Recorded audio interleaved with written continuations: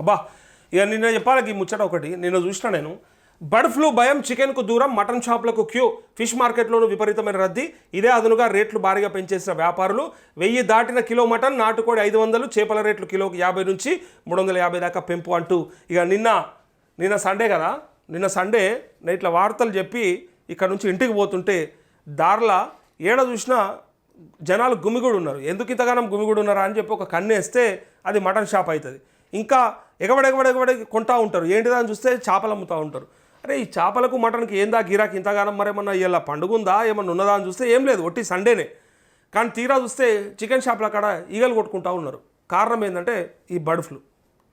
ఇక దీన్నే అదునుగా చేసుకొని వ్యాపారస్తులు ఏం చేస్తారో చూసిరు. డిమాండ్కు తగ్గట్టుగా రేట్లు పెంచేసి 1000 రూపాయల మటన్ 740 760 మ్యాక్స్ టు మ్యాక్స్ 800 ఏమో ఉండాలి. అది కాస్త 900 950 1000 రూపాయల దాకా మటన్ వెళ్ళిపోయింది. నాటుకోడి 500 రూపాయలు అయింది.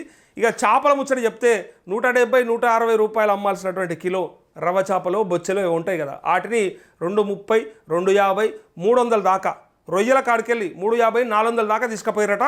నిన్న ఎక్కడ చూసినా ఏ అమ్మ మాట్లాడినా ఏ అక్క మాట్లాడినా ఎవరింట్లో మాట్లాడినా గివ్వే ముచ్చట్లు మాట్లాడుకుంటా ఉన్నారు.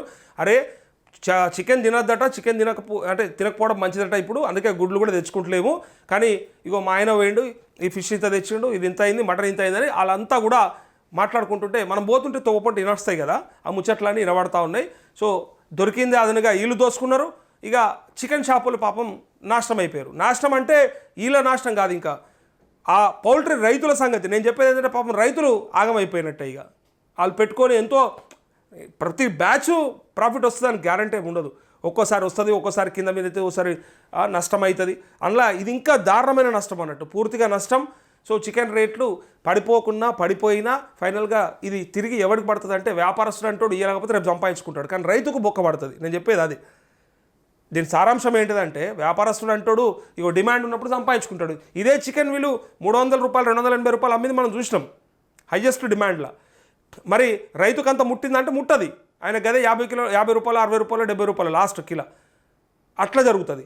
ఇట్లాంటి సందర్భాలల్లో మాత్రం వాళ్ళు వ్యాపారస్తులు వాళ్ళ అవకాశాన్ని బట్టి వాడుకుంటారు, కానీ రైతులను మాత్రం డిమాండ్ ఉన్నది కదా అని దాని తగ్గట్టుగా ఇవ్వమంటే ఎవరు తీసుకోరు, దానికి తగ్గట్టుగా ఇయ్యరు. ఆయన కష్టాన్ని గుర్తించరు.